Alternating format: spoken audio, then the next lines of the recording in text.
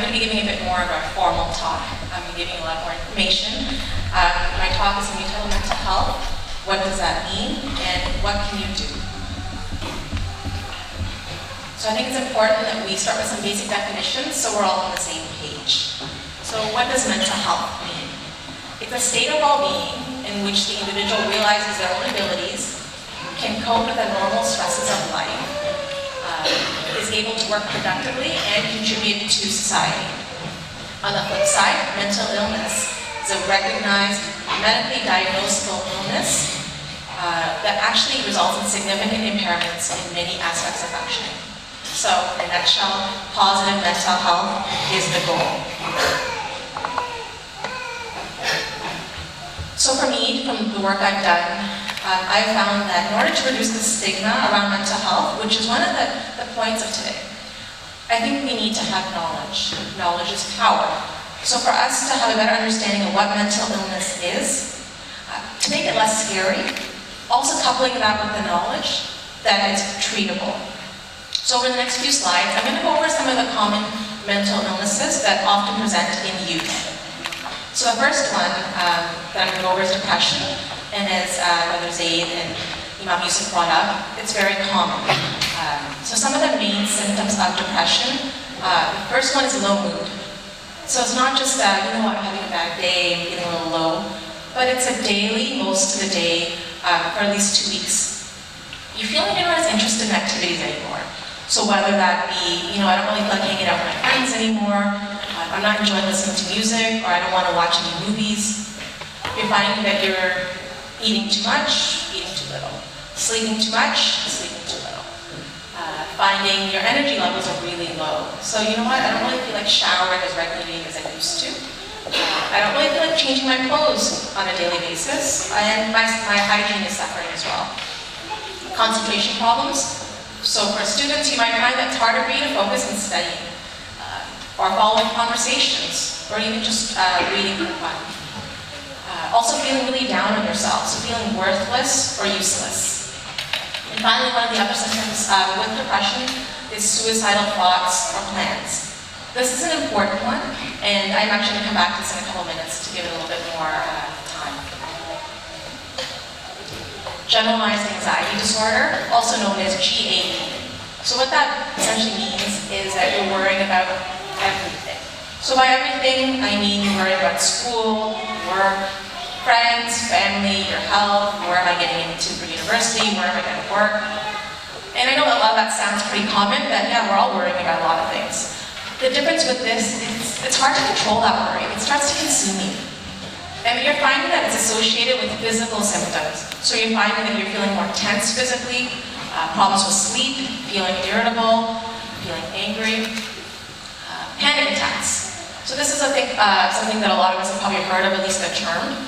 Panic attacks are intense physical symptoms. So by physical symptoms, I mean heart racing, chest pressure, problems breathing, and they peak very quickly.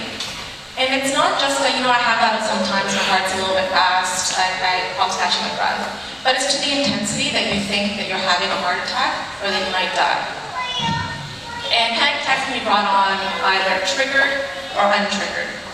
What I mean by triggered, so for example, if you have an exam tomorrow and it's important for your GPA, you might find that you have a panic attack brought on by just worrying about that.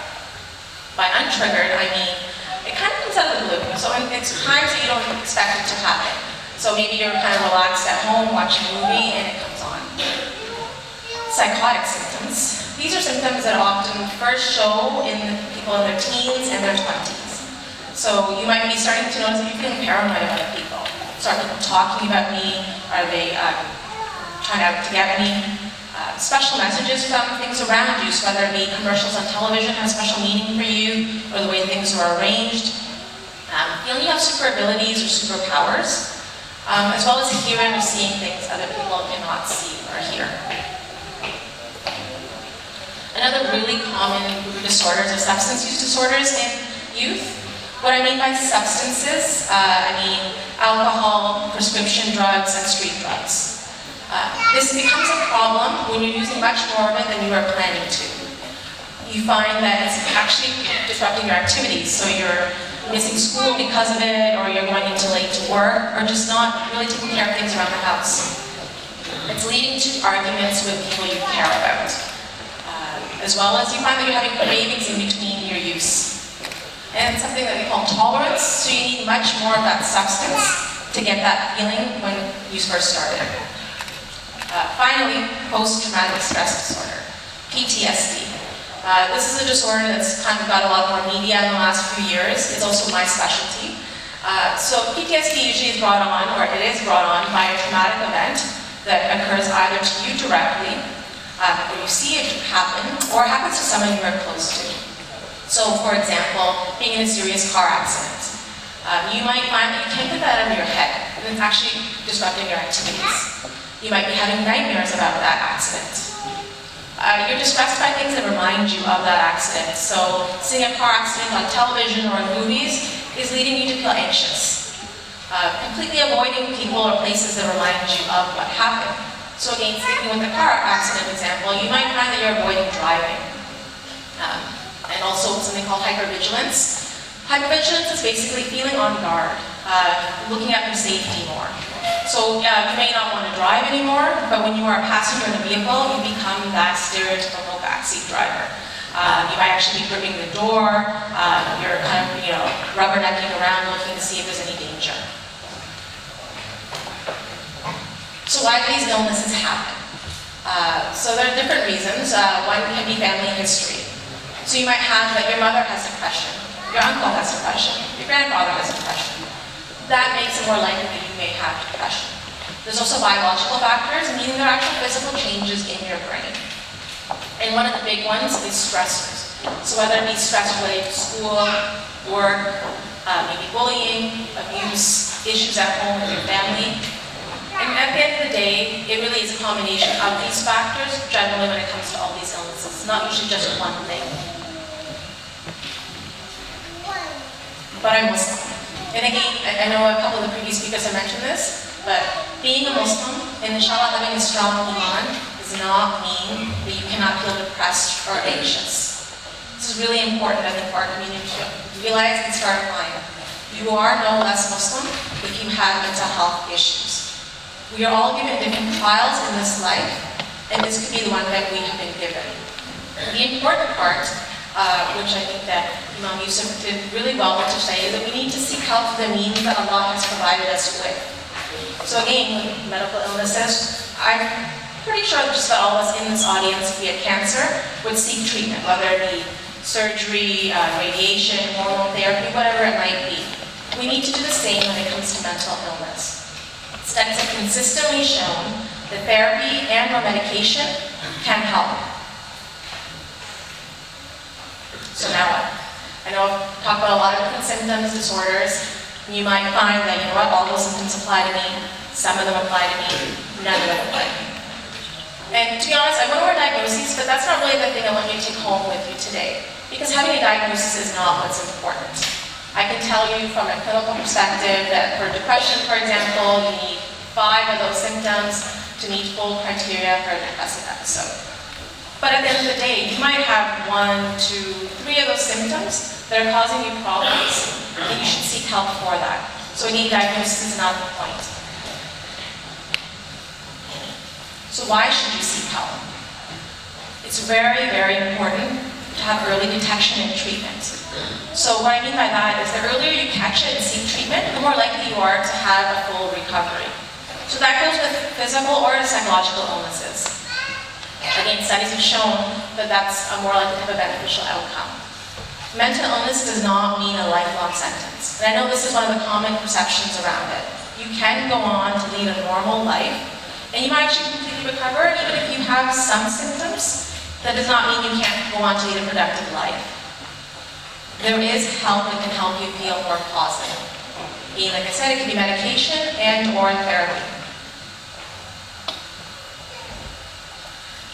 I'm going to think that there's a bunch of people here that are thinking, you know what, none of what you said applies to me. Alhamdulillah, I think that's great.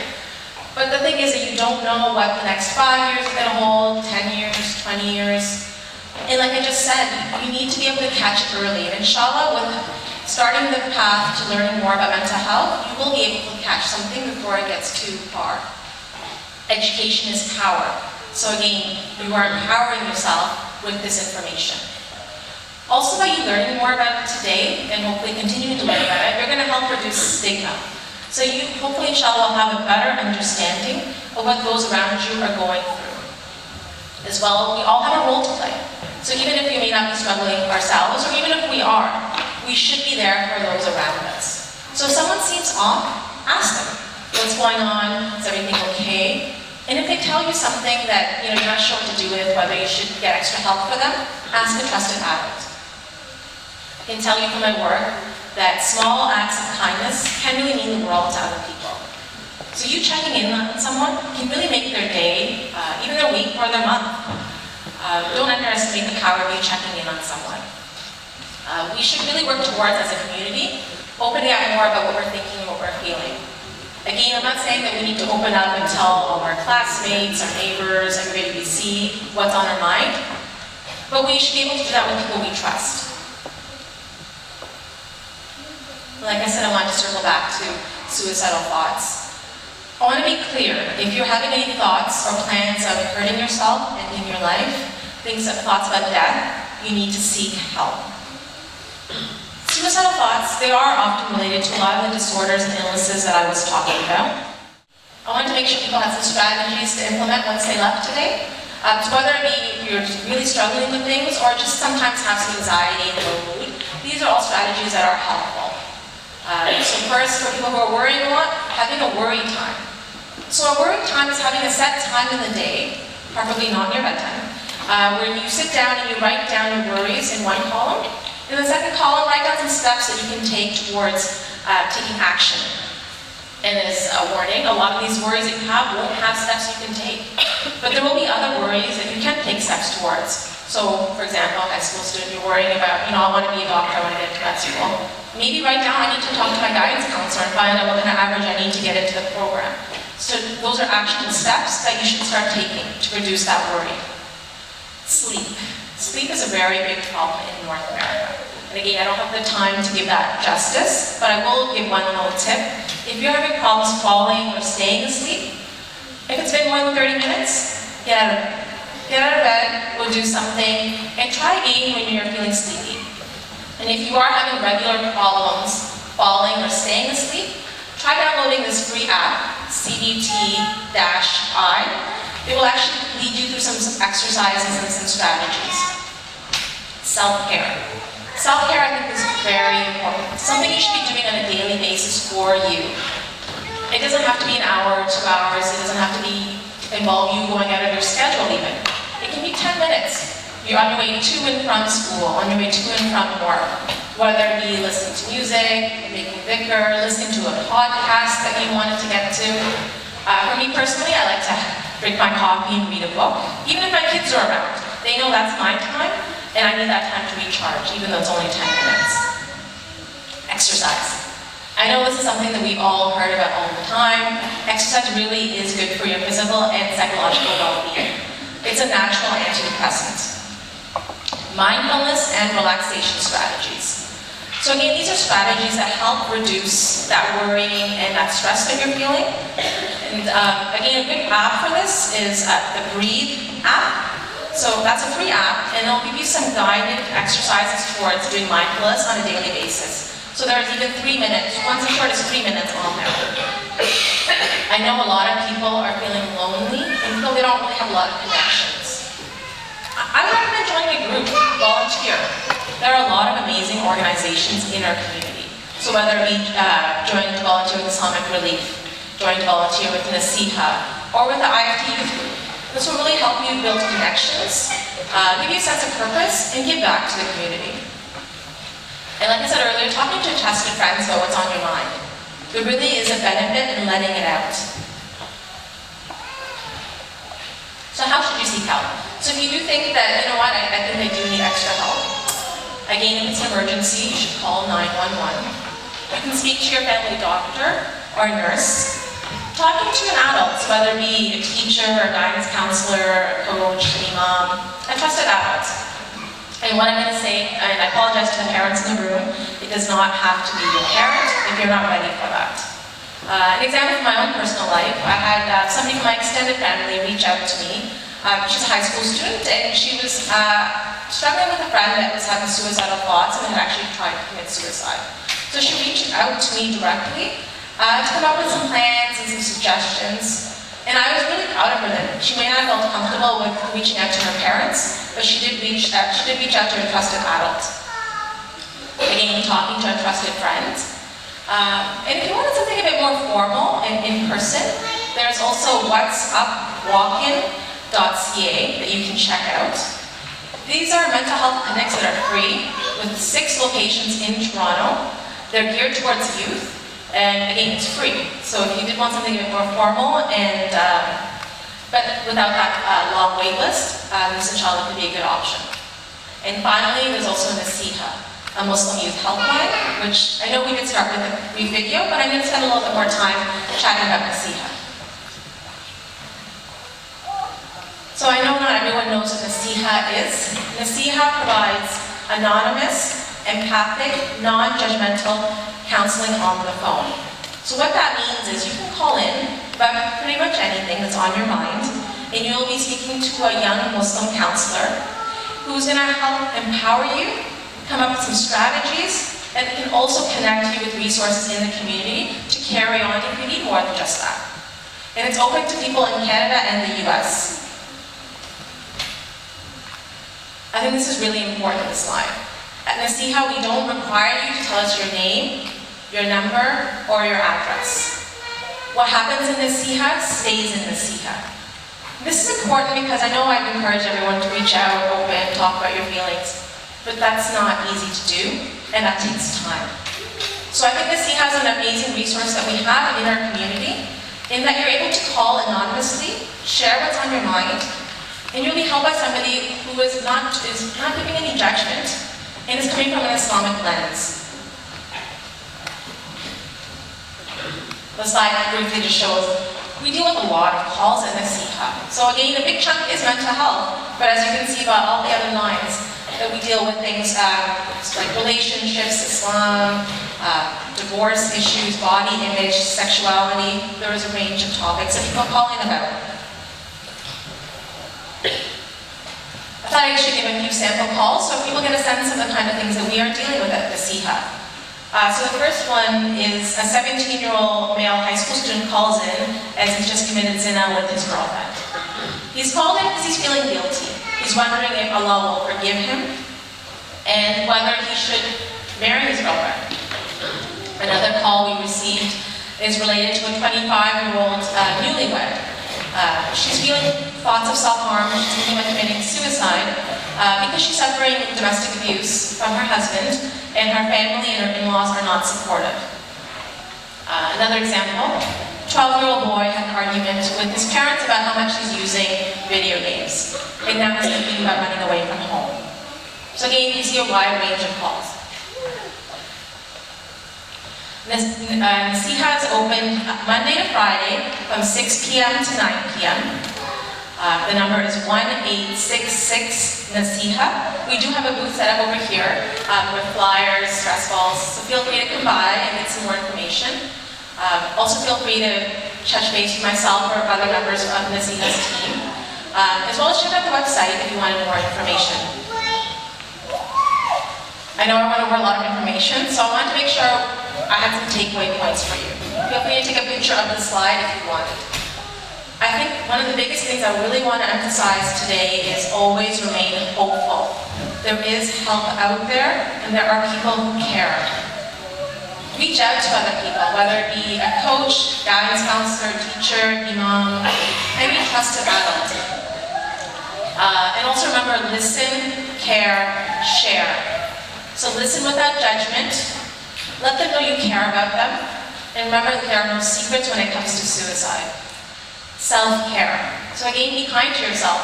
Start implementing 5-10 minutes a day of you time, and inshallah you'll see benefit. As well, do not underestimate the power of regular dhikr and dua.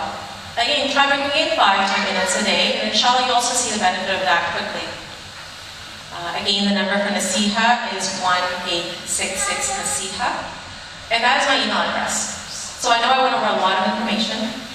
Some of it you might need time to digest. You might have a lot of questions. Feel free to email me, whether it be today, tomorrow, or in a month. And inshallah, I will get back to you. I wanted to also say thank you to the IFT Youth Group. I think it's very impressive, mashallah, that they have been so forward-thinking to have this event, do it so well, and invite Naseeha to represent as well.